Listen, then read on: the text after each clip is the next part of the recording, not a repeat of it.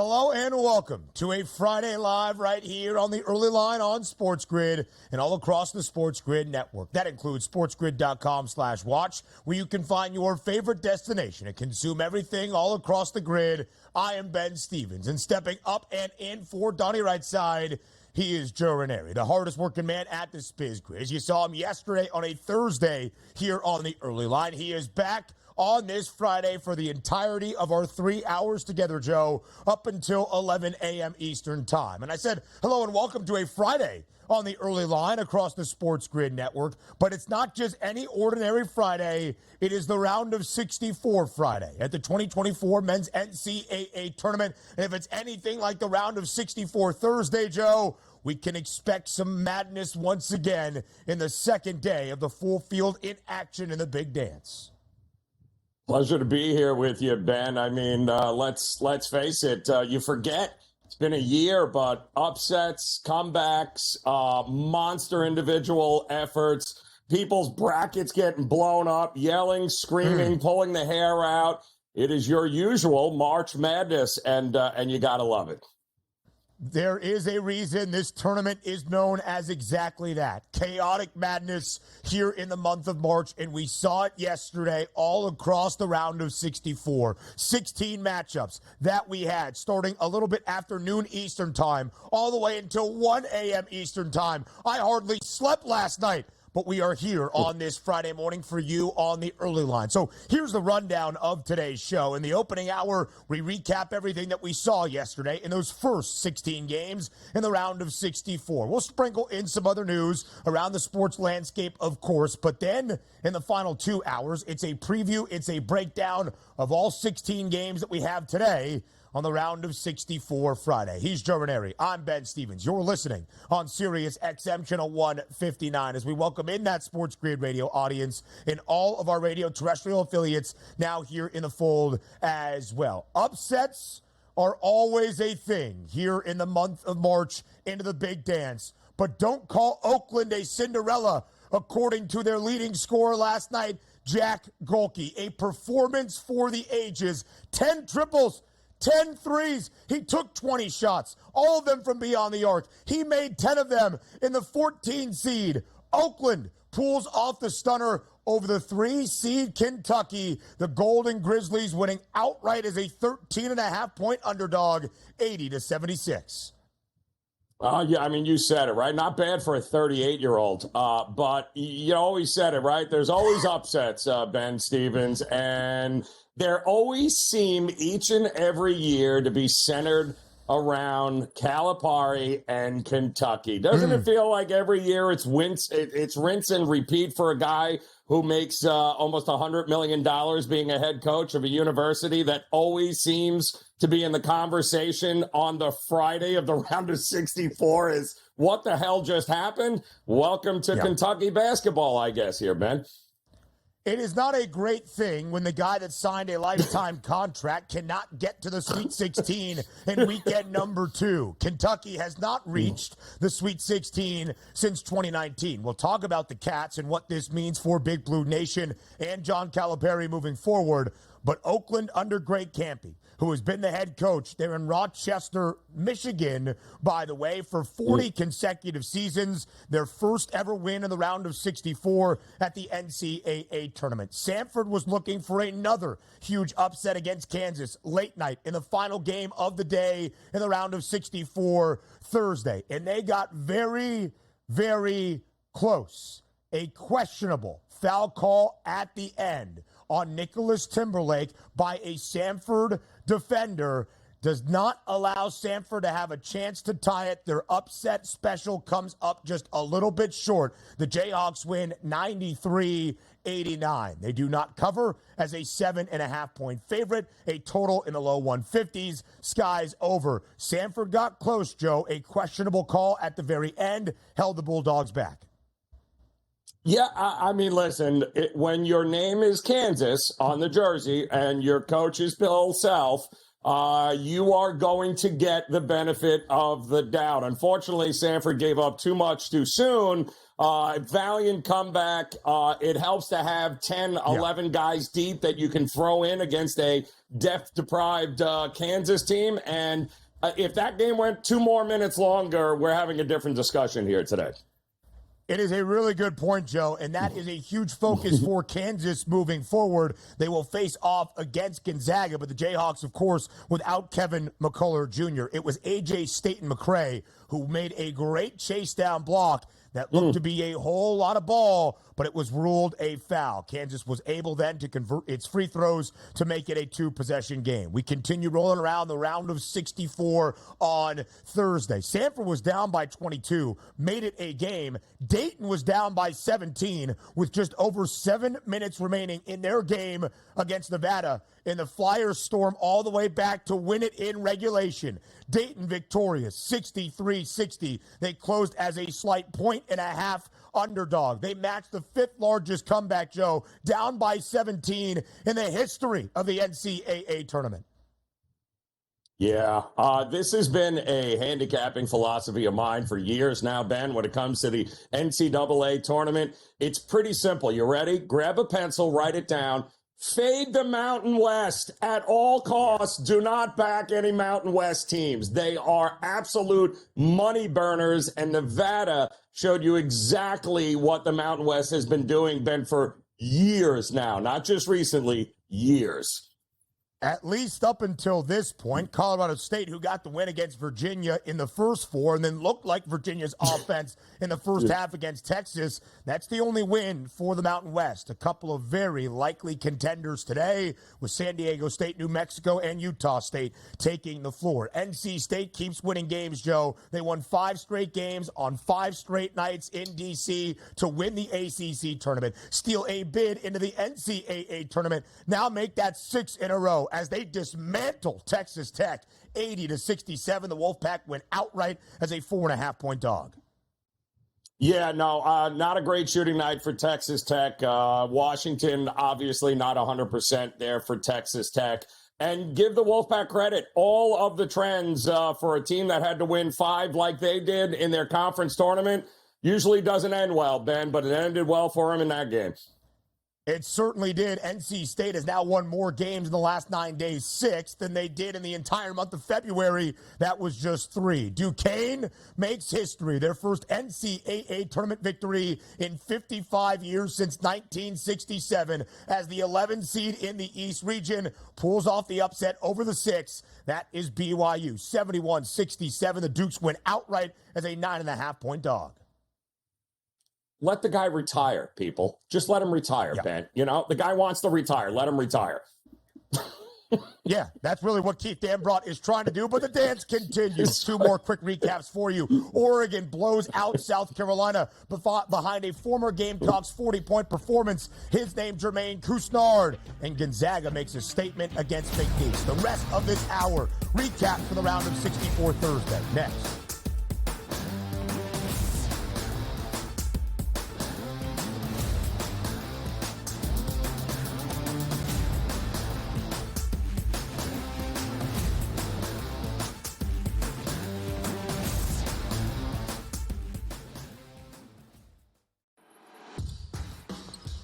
SportsGrid's going to have you covered for this NCAA tournament. That's the Purdue that we know. When it's win or go home, they love to go home. Tennessee's now in my phony club.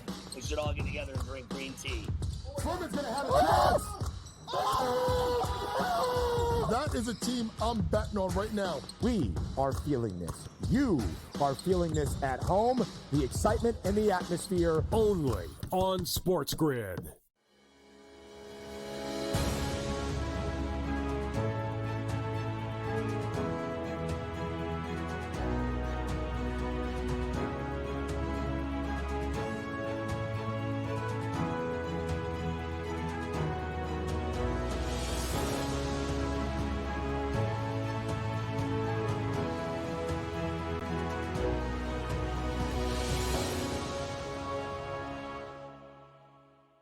The Bostonian versus the Book. In the Big Ten, it's the same thing. No offense to you guys. This feels like the Penn State rule.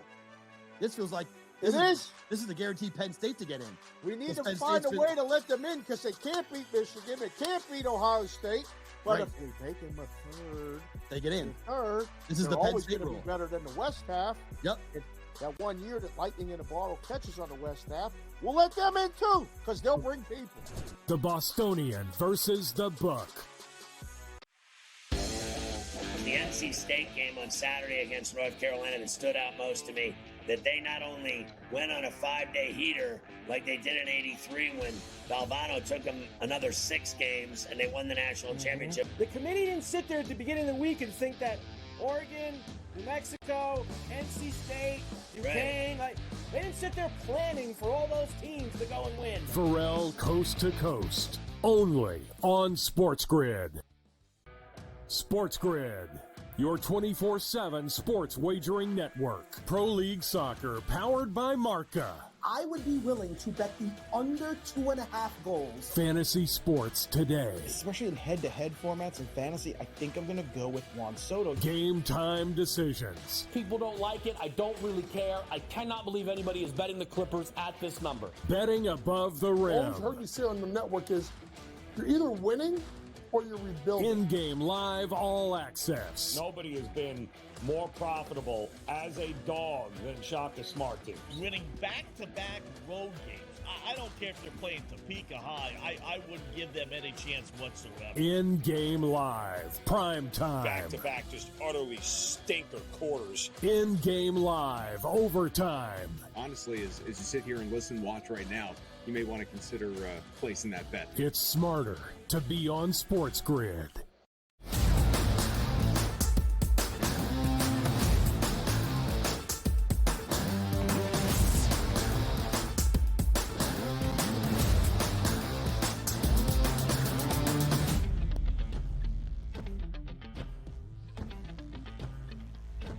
The rest of this opening hour, live right here on the Round of 64 Friday on the early line, is a recap of the opening day of the opening round of the 2024 Men's NCAA Tournament, Round of 64 Thursday. My favorite thing about Thursday, outside of the madness and the chaos on the basketball floor, is the fact we get to do it all over again. In just about 4 hours, we will tip off in the Round of 64 on Friday when the madness will ensue once more. But we look back on Thursday, and we start with the biggest stunner of the opening round so far. The 14-seed Oakland knocks off the 3-seed Kentucky. This is the beauty of the big dance. The idea that David can knock off Goliath on each and every night. This is why mid-majors deserve that automatic bid. This is why we need to incorporate more mid-majors into the NCAA tournament, but not expand the field so we can get 500 high major teams that would just lose outright anyway.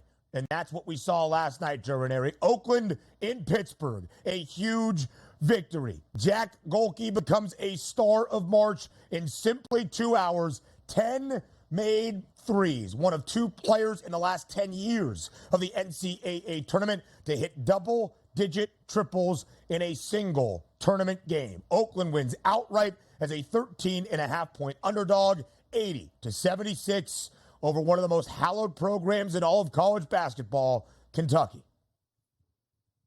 You've got to love it because you're right, Ben. The mid-majors always provide the drama early on. They never really provide it late, but they provide it early on. But isn't it amazing? Like the names change, the faces change. This year, it's Oakland, right? This kid, what a backstory he has. This is like his 9th year or something along those lines. You got a coach who's been in the game 40 years, one of the most well-respected guys. And didn't we have this conversation about St. Peter's a couple of years ago, too, as well? How does it always end up in recent memory over the last 5 years that it involves Kentucky and one of the all-time greatest coaches ever involved on the wrong side of these storylines, Ben? It truly is fascinating. Now, you got to ask yourself, is it just happens that way? It's coincidence? Or is this really on Calipari? I don't know. I really don't. Calipari doesn't play. So I don't know how much the coach really has to do with this. As you would ask John Calipari, he would say it's on his young freshman who had terrible performances last night. The coach throwing the young guys who aren't going to be at Kentucky next year, maybe slightly under the bus. But Reed Sheppard was not himself, the SEC Freshman of the Year. Rob Dillingham looked like the stage was maybe just a little bit too bright for the Cats last night. We'll get to the Kentucky side of things in just a moment because those are the further ramifications. But this is what we love about the NCAA tournament. This is what we love about the madness in the month of March, that on one single night, Greg Kampe and the Oakland Golden Grizzlies, who are not in Northern California, by the way, if you did not know, Rochester, Michigan, can have a moment to become a national talking point. Greg Kampe has been at Oakland, Joe Ranieri, since 1984. He has been there for 40 consecutive seasons. When he got to Oakland, they were a D2 team. He has brought them to 4 NCAA tournaments. They did win a game back in 2005 when the field was 65 teams, so you had one play-in game. This was way before even the first 4 existed. But that was the first win for the Grizz in the round of 64 in program history. Greg Kampe as respected as a champion of college basketball, as you will find. And his star last night was Jack Golke. 32 points, a game high. He was 10 of 20 from the field. He was 10 of 20 from 3. The 10 3-pointers tied for the second most ever in the history of the NCAA tournament in a single game. That is the beauty of the big dance. It's so, you're right. You're so true here. But you know what? Some of the other takeaways you have to look is that was an extremely upper class team in Oakland. Those were guys that have played together, Ben. They have been together. Continuity, same coach there. These were guys that failed last year. They should have been further along in the Horizon tournament than they were. They bowed out. All of those guys came back this year, and like you said, took on a bunch of freshmen who the moment wasn't too big for the Oakland guys, was it? No, it was too big for the star-studded cast freshmen of Kentucky, and that continues to maintain itself here, Ben. This is a storyline each and every year, always has been. Upper-class teams filled with experience versus those heavy-duty, freshmen that sometimes don't show up when they're needed. Reed Sheppard, 3 points, 1 of 5 from the floor. He hit his only 3 very late in the second half. Rob Dillingham, 2 of 9, 10 points for Kentucky. And now we get to Kentucky because John Calipari and the Cats have not reached a Final Four since 2015. That is the standard. That is the expectation inside the hallowed halls of Rupp Arena in Lexington. And they have not done so in now nearly a decade. In fact, in the last 5 seasons, this NCAA tournament bounced in the round of 64 by a 14 seed. Last year bounced in the round of 32 by K-State, who was a 3 seed. 2022, they were bounced in the round of 64 by a 15 seed. That was St. Peter's. And after only 9 wins in 2021, Kentucky missed the NCAA tournament. John Calipari has not reached the Sweet 16 or the second weekend since 2019. Now he's got a lifetime contract in Lexington, and his buyout is reportedly around $33 million. So I don't think he's going anywhere, but everybody involved in Big Blue Nation, Joe, is calling for Cal's head and his job to be very much on the line. Do you agree? I do not. It's a typical Kentucky fan base response. Tell me, how many points did Calipari score yesterday? Oh, that's right. Calipari doesn't play. What Calipari's job is to do is to recruit 5-star freshmen who, in all likelihood, many of them will be heading to the NBA, and he is going to have the best talent on the floor at any given moment. That's his job, period.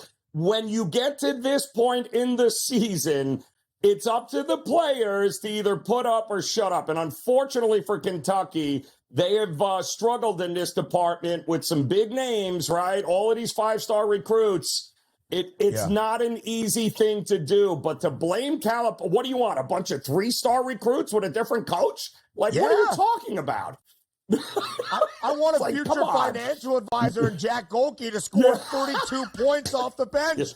That's what I want. I agree. Because you're right, Yep. Joe, right? Reed Shepherd had been sensational all year and then has the clunker of his season and probably his time in college basketball. But that's John Calipari's model. It's been the one and done. It's been the NBA prospects that will be lottery picks, but when it gets to the most significant stage in college hoops, they fall short. Now time and again, and that is really the thing that Calipari will have to answer in college basketball at Kentucky. So chaos then in the South region. The 14 seed Oakland is on to the round of 32. They will face off against the 11 seed NC State, who just can't lose a basketball game at the moment. Make it 6 straight for the Wolfpack. They win outright in the 6-11 matchup in the South region against Texas Tech in the opening round of 64. 6 straight wins for NC State, Joe. 5 in the ACC tournament to even get to the big dance. And then last night outright against the Red Raiders as a 4.5-point dog. I mean, phenomenal effort here. Again, the numbers, the trends with teams that had to do what they had to do in the conference tournament to get to that point yesterday. It doesn't end well, but my goodness, give them credit, man. That is a tough group there at NC State. Should be an interesting game, I'll tell you that. Yeah. Round of 32 on Saturday. NC State, the 11 versus Oakland, the 14. The Wolfpack, a 5.5-point favorite for those early lines for tomorrow's action. We continue to recap yesterday. Round of 64 next on the early line.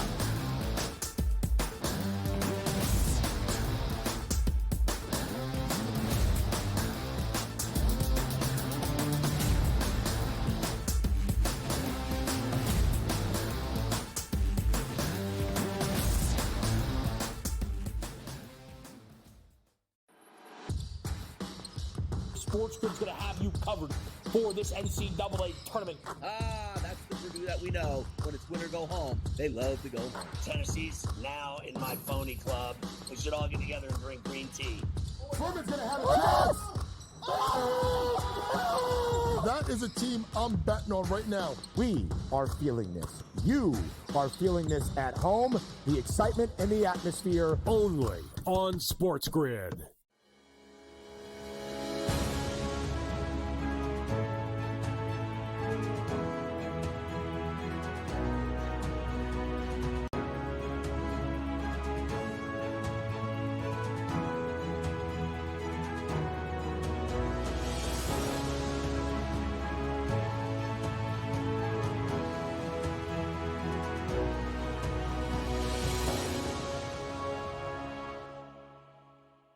The Bostonian versus the Book. In the Big Ten, it's the same thing. No offense to you guys. This feels like the Penn State rule. This feels like this is the guaranteed Penn State to get in. We need to find a way to let them in because they can't beat Michigan. They can't beat Ohio State. But if we make them a third, they get in. Third, this is the Penn State rule. Be better than the West half. Yep. That 1 year that Lightning in a Bottle catches on the West half, we'll let them in too because they'll bring people. The Bostonian versus the Book. The NC State game on Saturday against North Carolina that stood out most to me, that they not only went on a 5-day heater like they did in '83 when Valvano took them another 6 games and they won the national championship. The committee didn't sit there at the beginning of the week and think that Oregon, New Mexico, NC State, Duquesne, they didn't sit there planning for all those teams to go and win. Pharrell Coast to Coast, only on SportsGrid.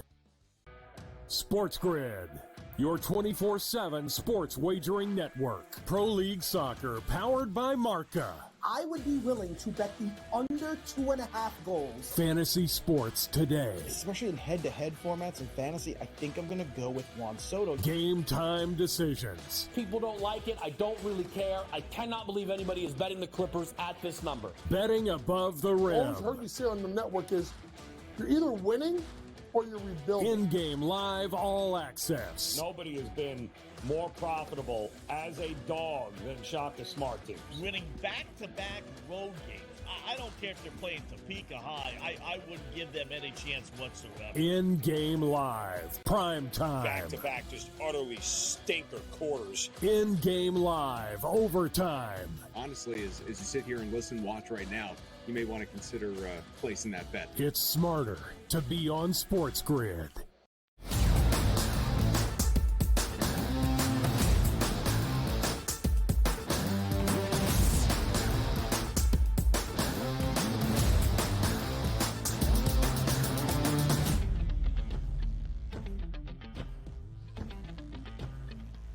The madness got started early and often on the round of 64 Thursday at the 2024 Men's NCAA Tournament. It's Ben Stevens, it's Joe Ranieri on this round of 64 Friday. Before we preview all 16 games that we have on this second full day of the big dance, we look back on all that we saw Thursday and what it means to the rest of this march through the madness. So we saw Oakland, a huge upset, 14-3. The Golden Grizz knocking off the Cats of Kentucky. We also saw an upset very early on, the 11 over the 6 in the East Region matchup in the round of 64. Duquesne continues its dance. Keith Dambrot pushed off the tee times for just a couple more weeks. He will retire after this time in the NCAA tournament for the Dukes, but it does not happen until Duquesne wins its first NCAA tournament game in 55 years. In its first NCAA tournament trip, Joe, since 1977,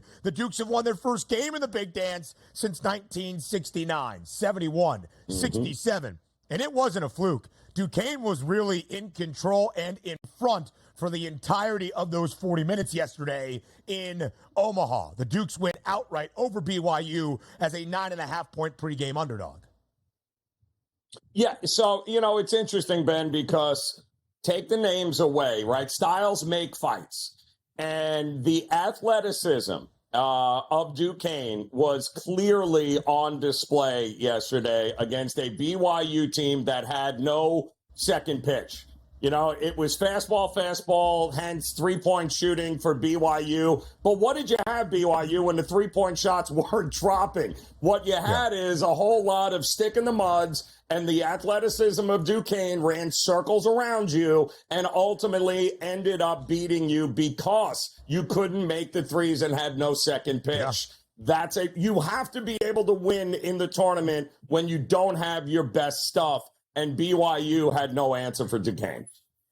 What stood out to me, Joe, is that when BYU started to make their rally late in the first half, certainly down the stretch in the second half, led by Jackson Robinson off the bench. He had a career or season best, 25 points, 5 triples. They got nothing out of one of their best bigs in Ali Khalifa yesterday. And I mean, nothing.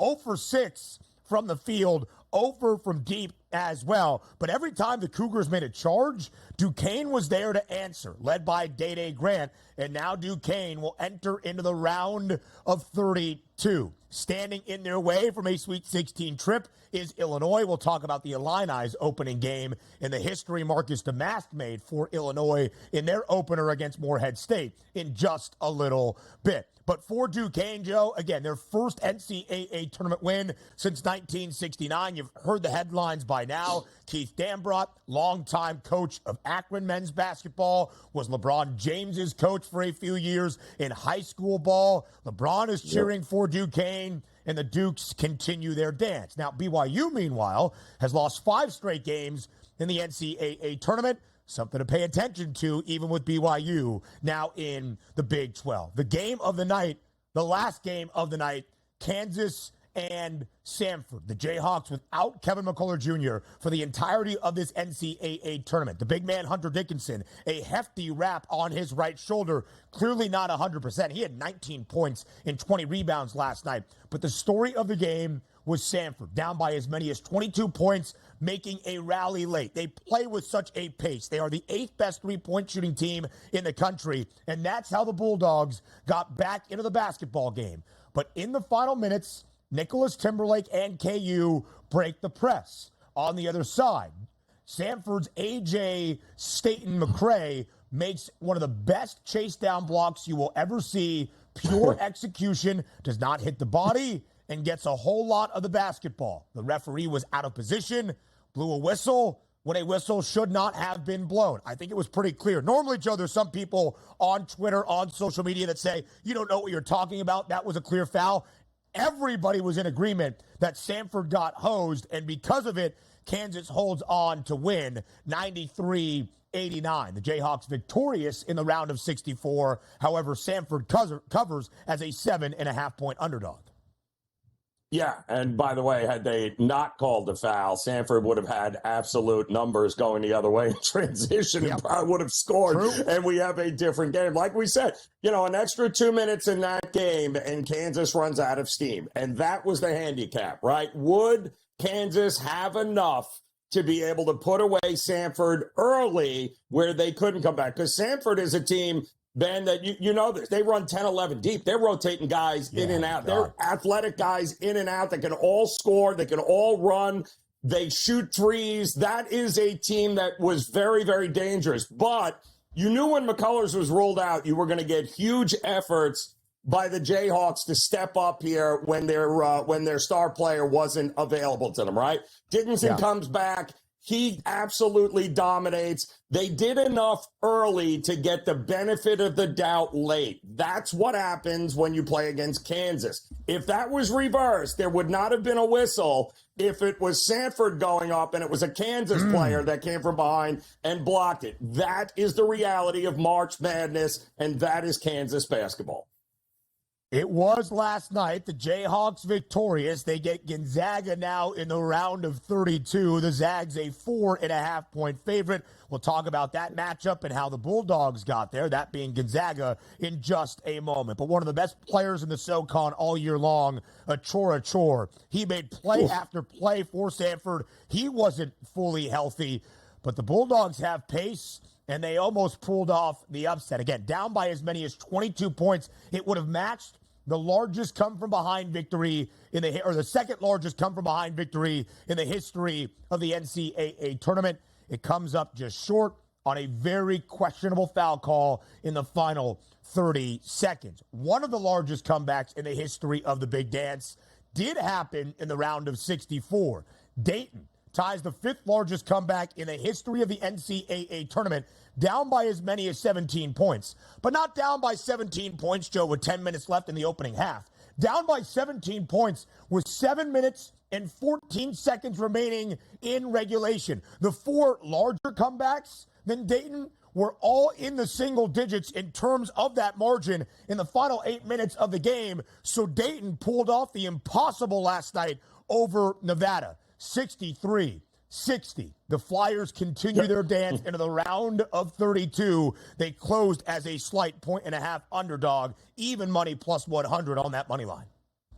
Yeah, I mean, just to put it in perspective again, this is a Mountain West Conference, Ben, that year after year, congratulations, you make tournaments, but they always end up failing backers and bettors. Now I believe 3-14 over the last 5 March Madness tournaments against the number is what Mountain West is here. If it wasn't for San Diego State, they would have absolutely no success at all here. So that is just inexcusable. With the experience at the guard position for Nevada, to have Blackshear and company there melt down as late as they did for Steve Alford, I couldn't believe what I was watching. But again, history tells us we probably shouldn't have been surprised on the big stage with a Mountain West team.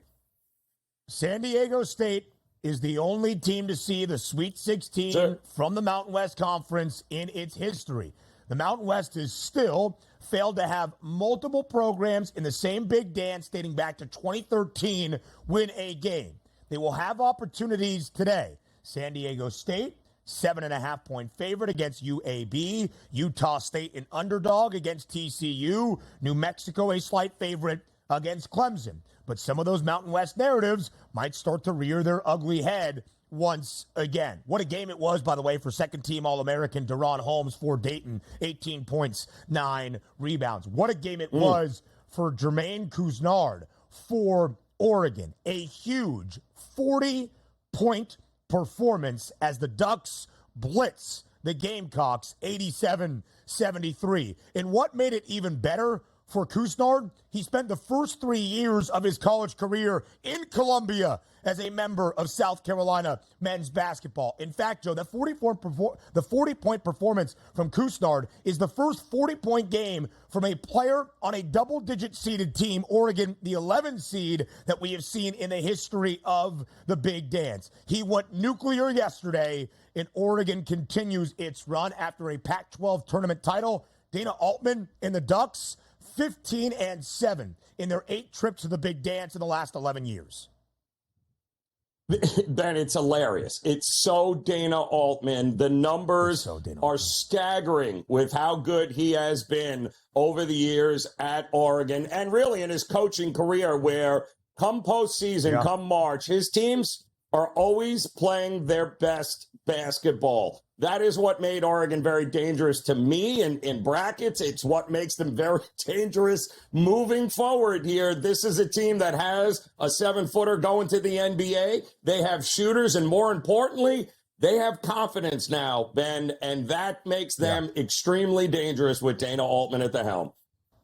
87-73. That's a total of 160. The pregame total 135.5. It flies over. The Ducks over in 6 of their last 8 games. And speaking of Dana Altman, 14 years now in Eugene, but the Wilbur, Nebraska native started really where he became a coaching legend at Creighton. 16 seasons for the Blue Jays. Who does Oregon get in the round of 32 on Saturday?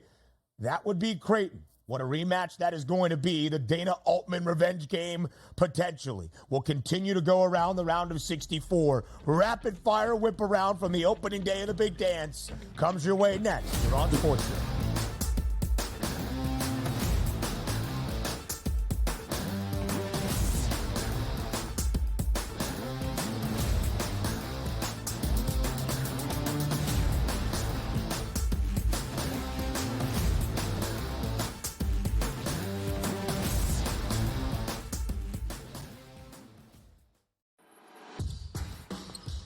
SportsGrid's going to have you covered for this NCAA tournament. That's the Purdue that we know. When it's win or go home, they love to go home. Tennessee's now in my phony club. We should all get together and drink green tea. Furman's going to have a chance. That is a team I'm betting on right now. We are feeling this. You are feeling this at home. The excitement and the atmosphere. Only on SportsGrid.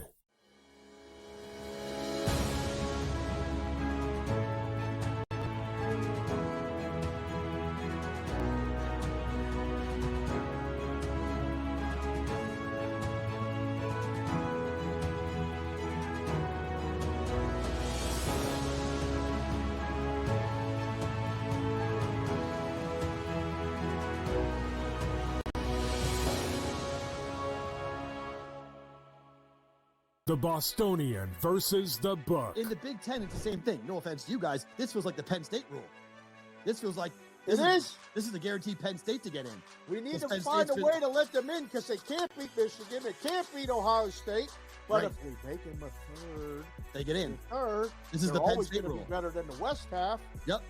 That 1 year that Lightning in a Bottle catches on the West half, we'll let them in too because they'll bring people.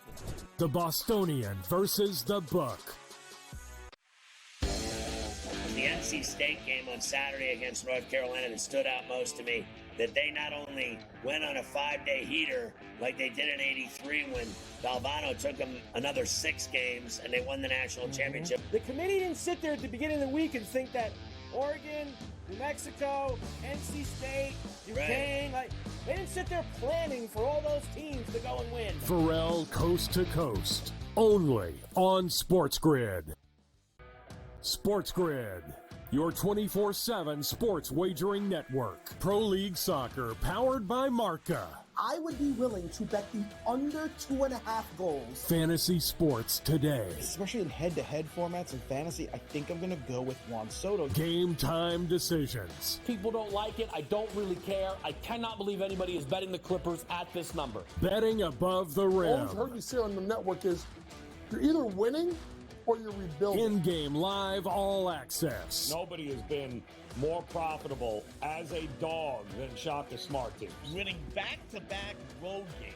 I don't care if they're playing Topeka High. I wouldn't give them any chance whatsoever. In-game live, prime time. Back-to-back, just utterly stinker quarters. In-game live, overtime. Honestly, as you sit here and listen, watch right now, you may want to consider placing that bet. It's smarter to be on SportsGrid.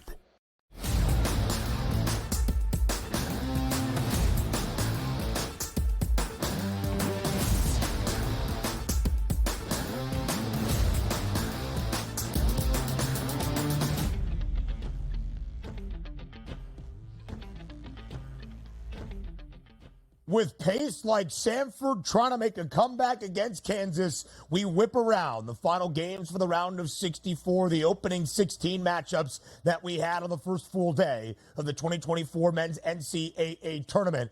And it was pretty easy last night for Gonzaga. Everybody looked at McNeese, who won 30 games under Will Wade in that 12-5 potential upset spot to maybe give the Zags and Mark Few a tough time. Nope. Gonzaga in control from the very start. They win by 21, 86-65 over McNeese. The Zags easily cover as a 6.5-point favorite. Total of 149.5 does trickle over. And here's the thing, Joe, about Gonzaga. 11-5. The Zags on January 11th after dropping a conference game against Santa Clara. From that point, they have gone 15-2.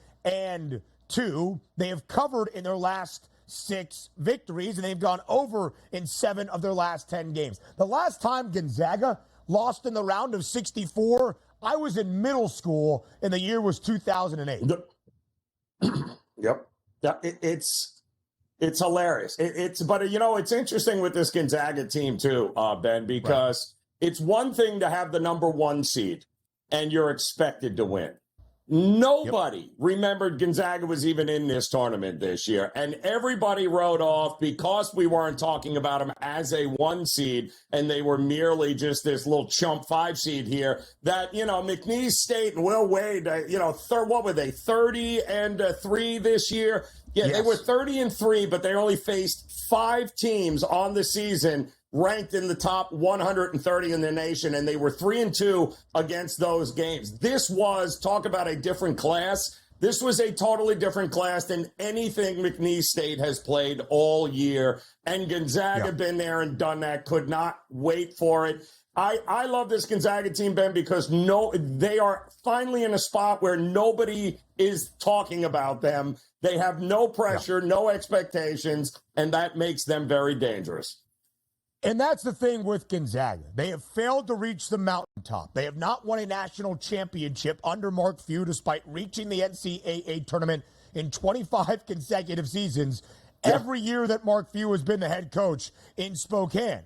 But that is the thing for the Zags. When you think about consistent success, Gonzaga has now been to the Sweet 16 in 8 consecutive big dances, looking to make that 9 in a row.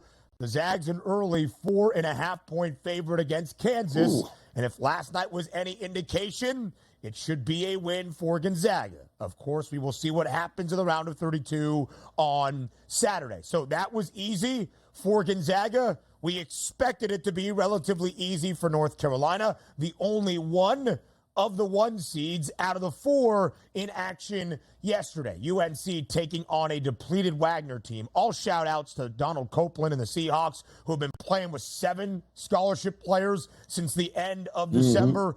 But it came up short yesterday against North Carolina. UNC wins big, 90-62. They cover as a 24.5-point favorite. North Carolina has been booked as a 20-plus point favorite 5 times this year, now 4-1 against the spread. Yeah, and that was the sweat, really. I mean, if you had North Carolina and you laid it, give Wagner credit. They were pretty good there for a little while, at least kept it within the number. And then eventually, I mean, listen, it was like watching a varsity team take on a JV team. It was the size difference there, Ben, was ridiculous here. The athleticism was ridiculous. But, hey, listen, we've seen that situation before, and the bigger, better, faster team not always win. UNC handled business, and they move on. But kudos to Wagner for showing some fight there at the end. Wagner had a historic season. They won 3 games on the road in the NEC tournament. They picked up their first ever NCAA tournament win in Dayton on the first night of the first 4, but they come up short. If you are a North Carolina backer, you loved what you saw yesterday out of the 2 premier players for UNC. RJ Davis, 22 points, the first team All-American. And Armando Bacot hasn't been all that great statistically this year for the Heels, but 20 points, 15 boards yesterday against Wagner. North Carolina is the 1 seed in the West region, but Arizona is the 2 seed. They have a better price to win a national championship. They are the favorites to reach the Final Four out of the West.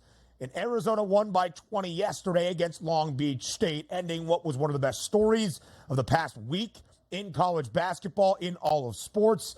Dan Munson, the head coach of LBSU, who had been at the helm of the Beach for the last 17 years, fired early last week before the Big West tournament for Long Beach State, decided he would remain on the bench. He led Long Beach State into a Big West tournament title game and a victory and into the big dance. LBSU's AD yesterday saying that was his intention, to fire Dan Munson to provide a spark under his Beach team. Shut the F up, my man. What a terrible thing from the athletic director. Dan Munson's time comes to an end after 17 years, but it does come to an end, Joe, with a cover. Many people intently looking at the final seconds of garbage time as Arizona wins by 20, 85-65, but the Beach covers as a 20.5-point underdog. Yeah, that was kind of ballsy of a AD to go to the podium and take partial credit, saying that it was his plan the whole time to fire him before the conference tournament in an effort to inspire them. We're talking about a coach, by the way, that's been around before this guy was even born. So we've got, it's very interesting the approach they went to there. The guy was a legend. And listen, they were never going to beat Arizona. Let's be realistic here. But they did go a great effort. And more importantly, Ben, like you said, they covered, which, know, that's what it's really all about from our perspective there. Not great for Arizona backers, who I know a few were screaming and yelling at the end of that game and how they didn't make a final bucket there and get the cover. But still, great coach there in Monson, and he will ride off into retirement as well, I think is what he said he's going to do. Right. Why not just go live it up on the beaches of Southern California? Total of 163.5 stays under. All 5 starters, by the way, for Tommy Lloyd's Wildcats, scoring in double figures. So Arizona, the 2 seed in the West, they roll by 20. Tennessee, the 2 seed in the Midwest portion of the bracket, they roll by even more than that, 83-49. A huge victory over St. Peter's. The 15 seed in the Midwest, a darling 15 seed 2 years ago. Not going to be the same story this year. Tennessee wins by 34 points. They cover as a 21.5-point favorite. Yep, you got to. That was a rough one to watch, Ben. You kind of had a feeling this was of all the double-digit 20-plus favorites that we had yesterday, a handful we had, that Tennessee was in the best spot to be able to cover that thing going away, simply because St. Peter's, listen, I mean, kudos, guys, for winning, the MAC there and getting to this point. But they don't have any offense. So if they were going to lose by 30, it was probably one of the safer laying 20-plus points of the day yesterday. Dalton Knecht, the best bucket getter in this tournament, in my estimation, probably not named Jack Golke, scores a game-high 23 points. Zakai Ziegler, the orchestrator of the offense for Rick Barnes' Volunteers, a double-double, 11 points, 10 dimes. Cool moment, though. Played against Armani Ziegler, his brother, on the other side for the Peacocks. In the Midwest region, the 3 seed is Creighton. They were taking on the 14 seed, John Gross and the Akron Zips, the champions of not the MAC, that's St. Peter's, the champions of just the MAC. Close game at the half. Creighton only up by 5. They blow the doors off the Zips in the second. The Blue Jays win by 17, 77-60. Covering as a 12.5-point pregame favorite. A total I thought had no shot after Donnie Rightside convinced me to bet the under yesterday of 143.5. Given these 2 teams got off to a blazing start, somehow, some way, stays under. Creighton, Joe, trying to make a run of the madness. They got to the Elite 8 last year, trying to be a Final Four team for the first time in program history this season. They have won 8 of their last 10 games. They have covered in all 8, a dominant performance on day number 1 in the big dance. Yeah, I mean, listen, Kalkbrenner had 23 yesterday. Trey Alexander had 19. They're the experienced group here, right? It was, and give Akron credit, they were only down 5, I think, at the break there. And then Creighton came out and did what they have not done in years past, and that's finish teams here that they should have beaten here. They did finish yesterday. The only thing that worries me about Creighton is that was against Akron. What happens when the shots aren't falling for Creighton? I don't know that they can muck it up enough in order to win some of the games they're going to need to win coming up, but we shall see. So Creighton plays Oregon in the nightcap on Saturday in the round of 32. Again, it is the Dana Altman Bowl. He spent 16 years at CU in Omaha before heading to Eugene. Greg McDermott taking over. They face off for a spot in the Sweet 16 on Saturday night. Creighton right now an early 5.5-point favorite. Total to the over that I like, 145.5. Illinois, the 3 seed in a very difficult East region against a 14 seed in Morehead State. Great first half out of the Eagles, keeping things close, but Illinois pulls away in the second. They win 85-69. They cover as an 11.5-point favorite. They hold Morehead State to under 70, but a total of 146.5 goes over. The Illini have gone over in 13 of their last 15 games. They're an offensive machine. I mean, Domisek can congratulate. We almost had 2 guys in this game, Ben, with triple doubles. I think the kid from Morehead State was like an assist away. And kudos, you're right, to them. Morehead State came out firing threes and making them. And all of a sudden, Illinois, it took them, they were like, wait, whoa, what is going on here? But eventually, the offense of Illinois is just so powerful, so ridiculous. They are going to be a handful for teams trying to outscore them and play that style. You're not going to beat Illinois that way. No, you are not. You got to slow down the pace. We'll see if anybody can do that against Illinois. Duquesne stands in the Illini's way of making their first Sweet 16 appearance since 2005 for the storied program in Champaign. Not being in the second weekend in nearly 2 decades is nuts. Marcus Damask making history yesterday for Illinois. 12 points, 11 boards, 10 assists, becoming just the 10th triple-double in the history of the NCAA men's tournament. A big one for Damask, the first since 2019 when John Morant pulled off the feet. Terrence Shannon Jr., 26 points to lead Illinois. Dane Danger, the big man off the bench, perfect from the floor, 9 for 9 for 21 points. So Illinois, the 3 seed in the East, Iowa State, the 2 seed in the East region, and Iowa State rolls as they did in the Big 12 tournament, 82-65 over South Dakota State, where TJ Otzelberger, the head coach of the Clones, used to coach. They win and cover, does Iowa State as a 15.5-point favorite. Yeah, I mean, kudos there. Iowa State, there was, this was a different class of opponent for South Dakota State. Give them credit. They certainly gave it all there, but it was just too much Iowa State playing with a whole lot of confidence. The question for Iowa State has always been offense. Will they have enough of it as this tournament moves on? That will be the case. 82 points last night, led by the freshman Milan Momcilovic, who had a big night last night with 19 points to lead Iowa State. Momcilovic, let me make sure I got the pronunciation of the last name correct, for Iowa State's leading scorer. We round out this opening hour. Up next.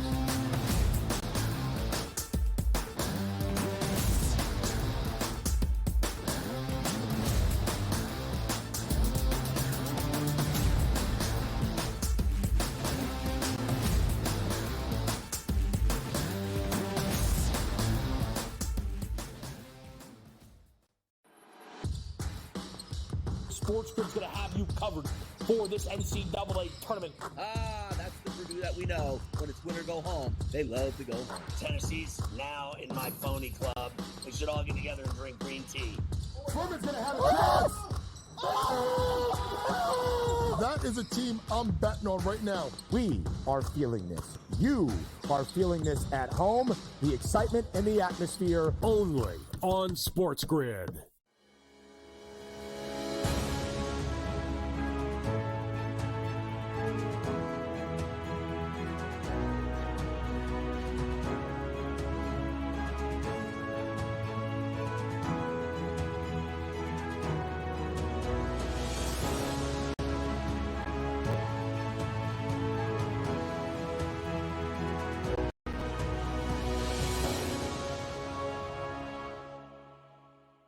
The Bostonian versus the book. In the Big Ten, it's the same thing. No offense to you guys. This feels like the Penn State rule. This feels like this is a guaranteed Penn State to get in. We need to find a way to let them in because they can't beat Michigan. They can't beat Ohio State.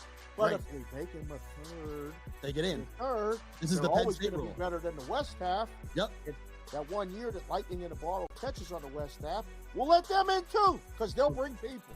The Bostonian versus the book. The NC State game on Saturday against North Carolina that stood out most to me, that they not only went on a 5-day heater like they did in '83 when Valvano took them another 6 games and they won the national championship. The committee didn't sit there at the beginning of the week and think that Oregon, New Mexico, NC State, Duquesne, they didn't sit there planning for all those teams to go and win. Pharrell Coast to Coast, only on SportsGrid. SportsGrid, your 24/7 sports wagering network. Pro League Soccer, powered by Marca.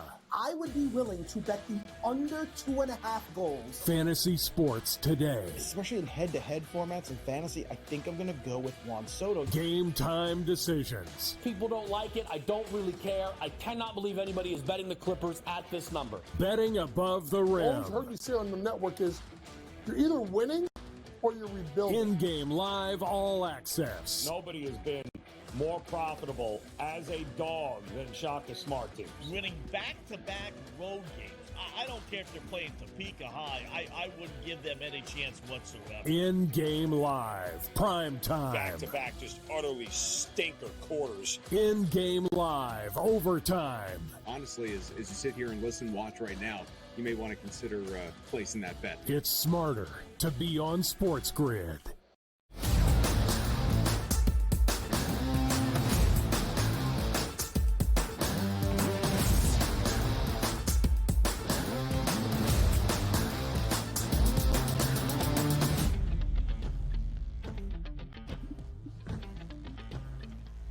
We round out this opening hour on a Friday live right here on the early line with the final 3 games we have yet to hit and recap from the round of 64 on a Thursday. I knew, Joe, that when I had Dayton money line and Drake money line for the Flyers to come all the way back from down 17 in the final 7.5 minutes, that when Drake and Washington State were tied late yesterday in Omaha, I was screwed.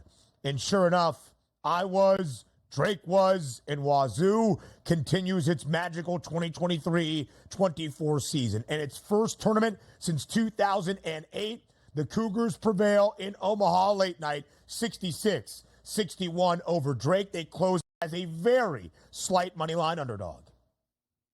Yeah, no, it was that was a good one. It was an ugly game, Ben. You and I were talking off air about it. It was disgusting, but that kind of, that gave Washington State an opportunity to muck it up here a little bit. Ultimately, as much as Drake probably should have ran away with that game, you got to make the shots when it matters the most. Washington State did, and Drake, for a second year in a row now, underperforms when it mattered the most.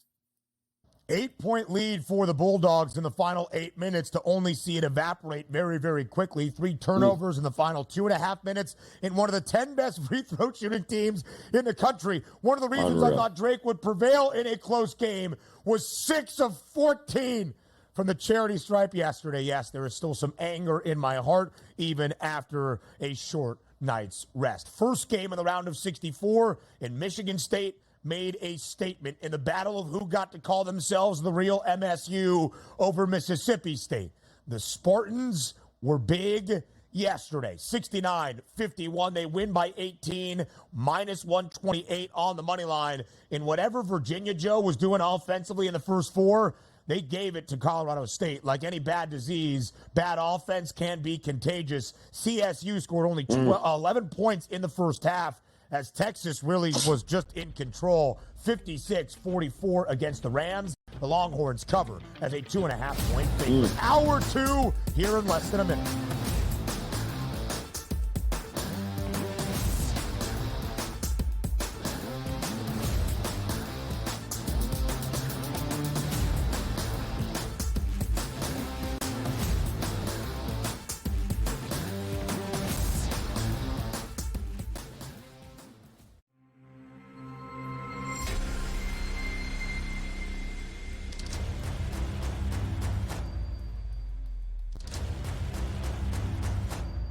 smarter to be on SportsGrid.